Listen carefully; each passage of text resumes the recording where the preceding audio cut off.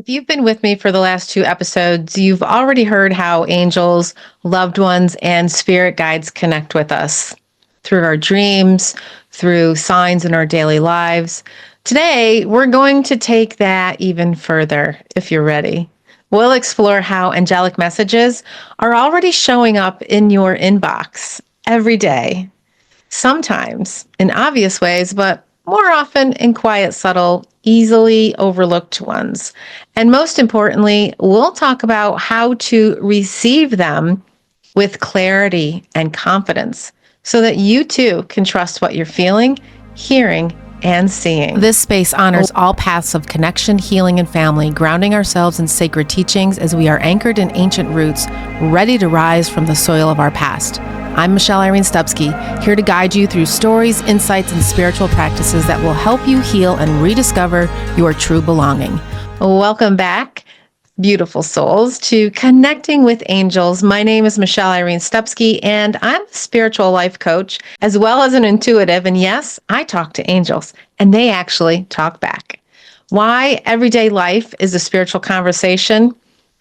Well, let me tell you that angelic messages, they're not limited to sacred rituals or spiritual practices.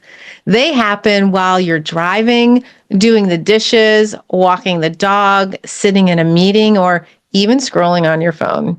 The angels, they don't wait for you to be spiritual. They meet you exactly where you are because their goal is connection, not ceremony. And some of the most powerful messages that I've ever received happened in completely ordinary moments. Because here's another truth. Every moment is sacred when you know how to listen. So there's three main ways that angels send messages to you every single day. Number one is that through the physical world, signs are received in nature. Number sequences, feathers, coins, animals behaving unusually, lights flickering, music starting at just the right lyric. And we talked about those in the last episode. But number two, through other people, an unexpected conversation, a stranger's kind word, a child's unfiltered truth, a perfectly timed phone call or text message. And then number three, through your inner world, a sudden idea, a strong gut feeling, a peaceful knowing, an image that appears in your mind out of nowhere. While the thought process began on what the name of the title of my book that I wrote 10 years ago would be, a few ideas popped in, but I had decided to go with Never Alone, going back to the beginning of my handbag days. Yes, I was a handbag designer, if you don't know that already. But the hang tag read, "You are never alone. Someone is always with you, watching over you." Never before had I written a book, so of course, self-doubt came into play. Is this right? Will people understand?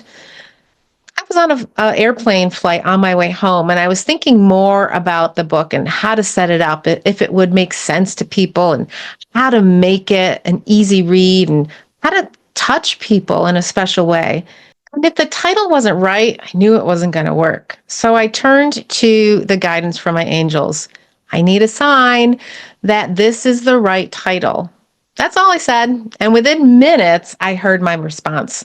I was thumbing through a magazine, a fashion magazine, actually, and there it was in bright, bold letters, "Never Alone." Okay, that's good, guys. I got you, angels. Not bad. But for some reason, I felt the need not to accept just one sign. I always felt better when it was three. Why three? I really don't know. Maybe to reassure myself that I'm not making up the signs or looking too hard, but maybe I'm just a little bit of a perfectionist and I want to make sure it's right. Well, a few hours later, while reading a book, there it was again. Never alone. All right, we must be onto something, I remember thinking. You know the drill. Yep, I sometimes make them work for it. And as they sometimes say, third time's a charm, and there it was in a song, "Never Alone." Bingo! We have a winner, Johnny, and that is how the title was finalized. It has to make sense to you, like the Campbell soup can and the scent of a chicken noodle soup in the previous chapter that I share in my Never Alone book and what that meant.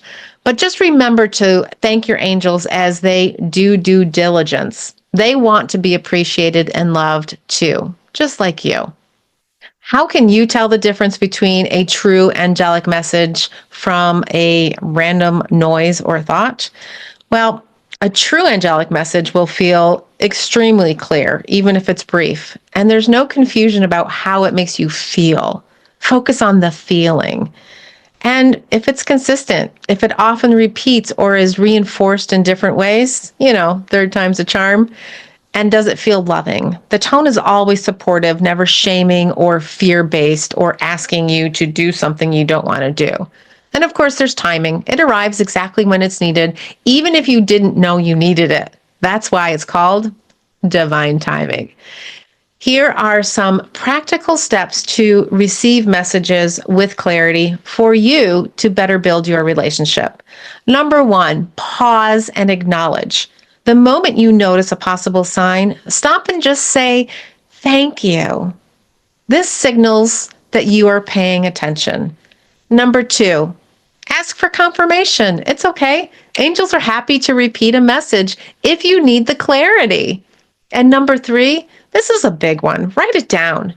Keep an everyday angel journal to track your signs, feelings, and synchronicities because they do have their own language.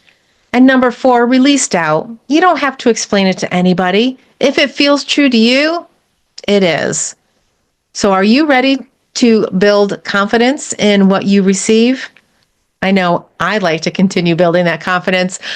The more you notice and record your experiences, the more you'll see patterns. Those patterns, they build trust, and trust builds the confidence to follow the guidance that you're receiving, whether that's taking a leap or making a call or simply resting in the knowing that you're supported. Doesn't that feel good? My invitation still stands because I want to know, have you ever experienced receiving an angelic message in your everyday moments? I really would love to hear from you and share your story. So message me or email me to share your experience because I may share it here on the podcast or have you tell the story. Someone else needs to see the signs in their own life as well, and your story may help them to deepen their connection even more. So join me. Your angels aren't hiding. They're speaking in every moment through the ordinary, through the unexpected, and sometimes the unexplainable. When you pay attention, when you trust what you receive, you begin to realize you've never been alone. And if you'd like to dive deeper, I can get you a free PDF copy of my first book, Never Alone, as we celebrate 10 years of sharing angel stories. It has over 75 extraordinary angelic stories within the book, and it's available now inside the Divine Angelic Guidance community portal, which is also 100% free. If you enjoyed this episode, please like, comment, and share, or put your angel story in the comments. I thank you for listening. It truly helps us reach more souls when you spread the word and the message of divine connection, and remind more people that they are never alone. So until next time, stay open to the possibilities, stay listening, and keep your heart turned toward the light because you, my friend, are loved. You are guided. You are supported always. Your angels aren't hiding. They're speaking in every moment through the ordinary, the extraordinary, the unexpected, and the unexplainable. So until next time, when I will share some daily practices to keep your angel connection nice and strong, have a beautiful day.